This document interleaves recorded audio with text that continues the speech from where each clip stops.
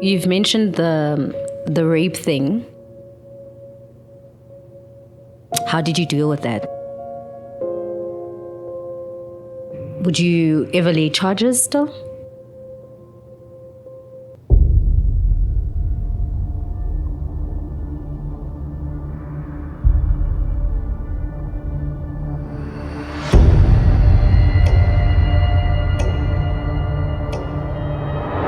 So you've got an older brother, you say? Yeah. How much older is he? Ooh, he's what? 6 years older than me? 6, 7 years older than me. He's in his mid-30s. So what is your relationship like with your older brother? It's non-existent. It does not exist at all, period. We were close growing up, and after that meeting, things just went... For the most part, I feel like for the fact that he knew my mom, he knew our mom, our biological mom, and he got to, they were close. And now having to just move, because we were both kidnapped at the same day, and there's some sort of resentment that he has towards our mother now. And I don't understand why, because that woman did everything in her power. Literally with our present father, she did everything in her power to make sure that everyone is happy. But because I'm close with my mom, we drifted apart. And you actually, you're referring to your mom now, right? Yeah. Don't even call her my stepmom. She's my mom. I choose her every single time. So we do not have a relationship. He actually called on Thursday, 7th year anniversary on testosterone, on the exact same day. Got my tea on 2016, 10th March, Thursday. And he called in the evening, and I just looked at the phone. I was hoping we'd send a text afterwards, but he didn't. So. But it doesn't exist. Why didn't you answer the phone? There was this one time I was sick, and this is the reason why I don't answer his calls. There was this one time I was sick, and he found out that I'm not feeling well, and he came, and his visit was more of an interrogation more than anything. And he was also not supportive of my transition, so there's that. Very judgmental towards. He just made things uncomfortable. Yeah. So, need a moment. Nah, we could. Just the thought of him, because, the thing is, he was the one person I expected to be there. Because I'm thinking, how stepmothers and all of that, we share the same mother, share the same father. He doesn't have a relationship with our dad. He was the one person I was expecting to be understanding. Instead, all my other adopted siblings they had to convince him to understand who I am. And with even that, he questioned it. There's a lot of things, actually, come to think of it now that we're speaking about this, there's a lot of things that, because even after my surgeries, he was just, he's a complicated being. Or maybe I am, I don't know, but we don't get along. And I don't want a relationship with him. Bit harsh, but yeah. When did you start feeling that, man, there's just something that is not aligning here? From a very young age, as growing up, I was always the brother or the father. And look, as kids, I'm glad that there was no questioning with why only waperi short pinky, because my father would literally want me to wear this pink short. I hated it, still do. The thought of it, I hated. He would force me to wear it every now and then. And I'm a father, I'm a brother. There was no line of questioning from my friends, but there was always a thing of Maramus banyana kamu, washiman kam, like minangla. I get again days, so y'all will be the kids, but it has always been something. Because the thing is, it's not a decision that I took. They don't wake up one day and be like, oh, okay, no, today I feel like, actually I'm in the wrong body. Nah, I've always been a gent. I feel like the constant reminders of puberty was, that's what caused my dysphoria, because I was always flat-chested. I was always a bit masculine. I was always rough. At school, I went to a school where we were required to wear dresses. Never. I refused from primary, high school. Never see me in a dress. I had those for photo shoot days. Now I have it in my bag so I can change out of it immediately when all of that is done. But yeah, I've always been. But there were pressures actually. As when I was in grade 6, I chilled with a variety of people. I was everywhere, and I found a group of girls. And we went to camp, and I found myself dating this other guy. And I told him, I'm like, you and I, it's like both gents dating. At that time, there was no.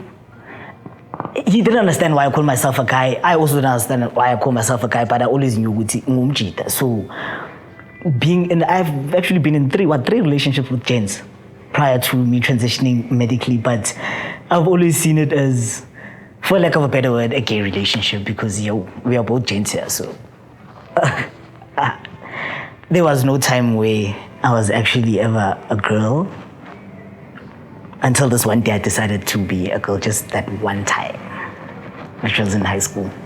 Did it for my mom though, not for anything else, for my mom. But yeah. So you were this young child, people are calling you Palesa.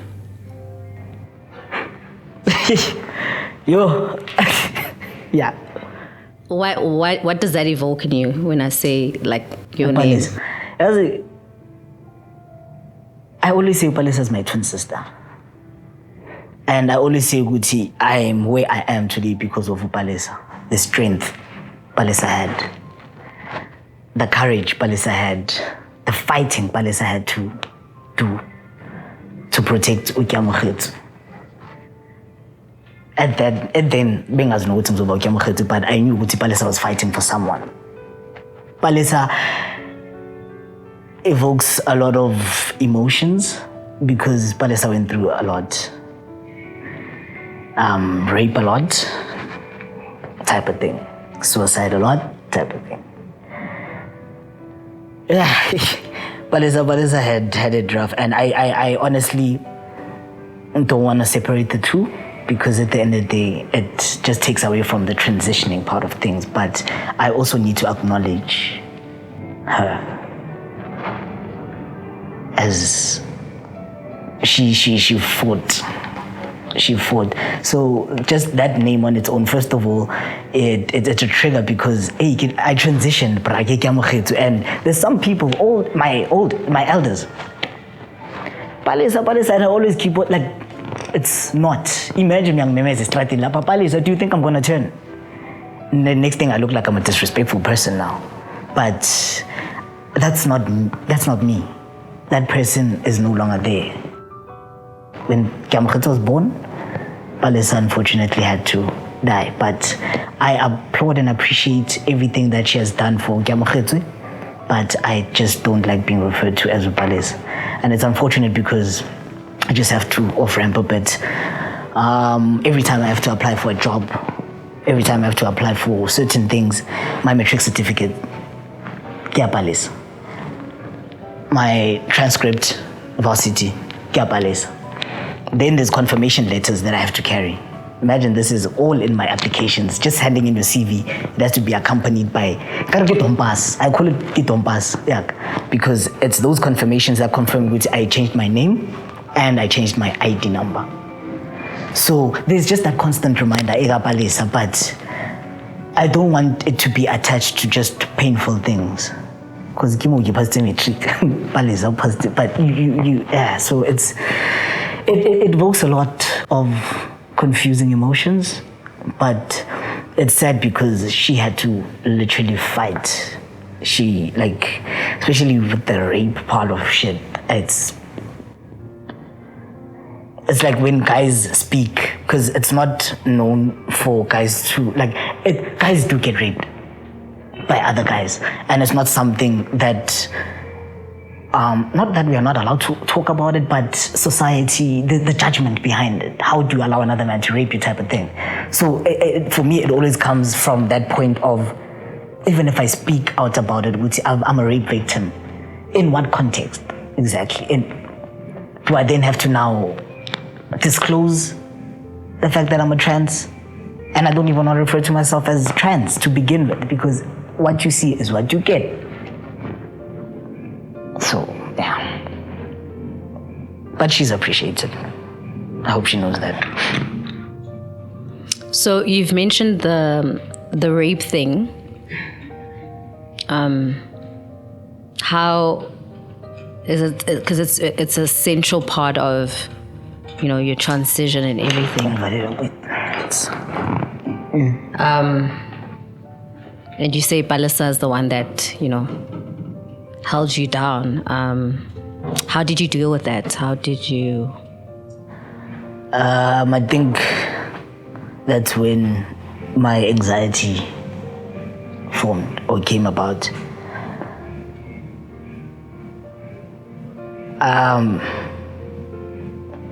Sure. No one knows about this, besides my girlfriend.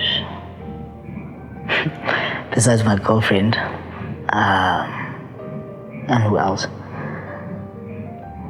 My friends, I think. No, I don't think they know this. But yeah, no one knows. It's not something I had spoken about because it happened within the family, by my cousins collective. It happened, and actually when I was young, but that was more of a molestation type of thing.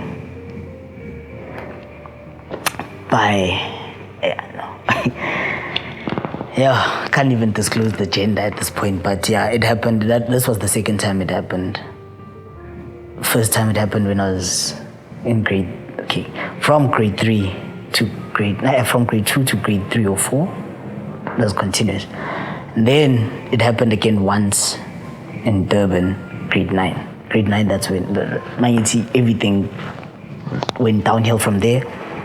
Basically because I think why it happened in grade 9, it was to prove a point, or corrective rape. I don't know what you're correcting, but prove a point to it out there. And then, yeah, it was almost as if I had consented to it, but I didn't, because there was alcohol involved. There was a lot of things that I was taken advantage of by a group of my cousins, basically. And you see, even now I'm saying I was, because, this is me now protecting Upalisa. It's a matter of, she went through a lot, and essentially I was there as well.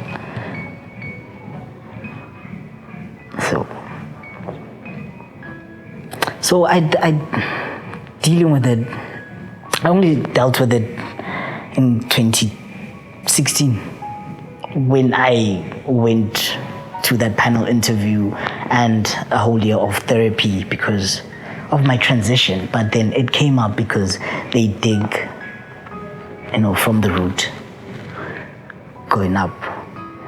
That was the only time then I could say I dealt with it, but I'm not even sure if I dealt with it though, or she dealt with it. I know she didn't.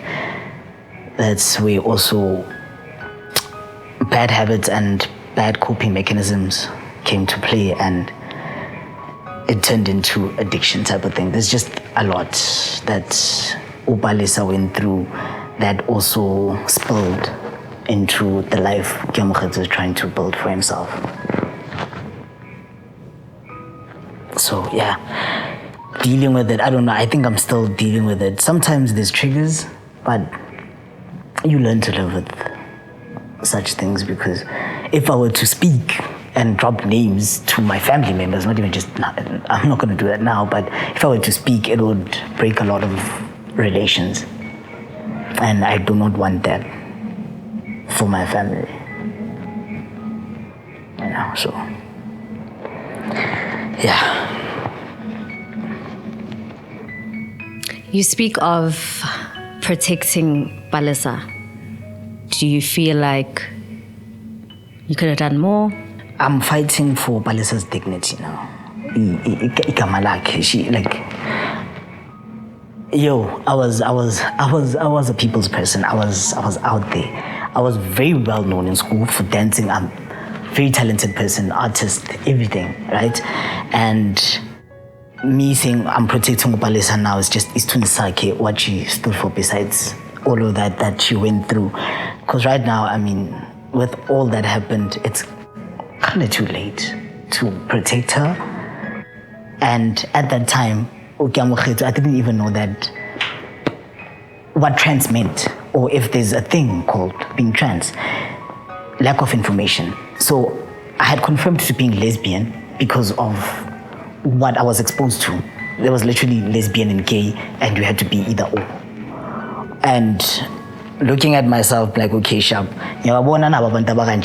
so that means I'm also lesbian, but I also never fit into that category. I was never a part of, I always felt like an outsider from, that. So I wouldn't say Gutu Palesa was fighting for Ukiamukhetu until later on, 2012, when I actually started doing my research about LGBT. Because I remember when I went to Pride, first time I went to Pride, I was in grade 9. We were literally the youngest with my friends. I was the only one out schooling as lesbian. Friend followed suit because parents and all of that. But yeah, went to Pride, there was literally 100 people and we were the youngest. It was older people and stuff. So, and then they are more masculine. Again, there's feminine and then there's masculine and all of that. And they were more, and then I inspired to be like them because you would think they want to be guys and it's not even that. So, yeah. When I did my research later on, I wanted to know, man, I actually relate to transgender people more than being lesbian. So, yeah. Kiamukhetu is fighting for Palesa now, is Tundisake. But Palesa then was fighting for, maybe she was fighting for Kiamukhetu, but singers at the end, which, yeah. It's a good way to put it. Because she, yeah. Also, there was suicide attempts along the way due to all that happened. Yeah. Did you or did Palesa ever tell an adult about this? Not at all. This is people that come from families that have names, companies, businesses, and a priest would never do that type of thing. So nami ngakhuluza vele kule nto leyo ukuthi cha family yakithi banesithunzi. Certain things you had the freedom to talk, but certain things were not spoken about. There's just those unwritten rules. And we were not given that much freedom to talk about everything and anything and just be. But I know if I had told my mom she was gonna do something about it, my only thing is, the reason why I didn't tell her, and I don't think I want to tell her, is that she would choose me over anything and everything. I don't want her losing her family over yeah. So there was no elder to talk to. Would you ever lay charges still? No. I was asked this question 3 weeks ago. One of my cousins was there. My mom called me with so much excitement. Hey, this one Banu called. Hey, they haven't seen you in a minute. I'll attend the family gatherings. What. And when he saw me, he was in shock. He was almost trembling, was uncomfortable. And to me that was the best thing to witness. Because I know it's not in my head. I know it really happened. His reaction towards my presence, it got him trembling. And I'm glad that my girlfriend also picked it up. She picked it up because she knows the culprits, and she picked it up and she called me outside. We went for a walk. But the sight of that on its own, it brought so much comfort, because it's like no one was held accountable, but at least guilt trip, the guilt in G, actually. At least there's something happening. Sure.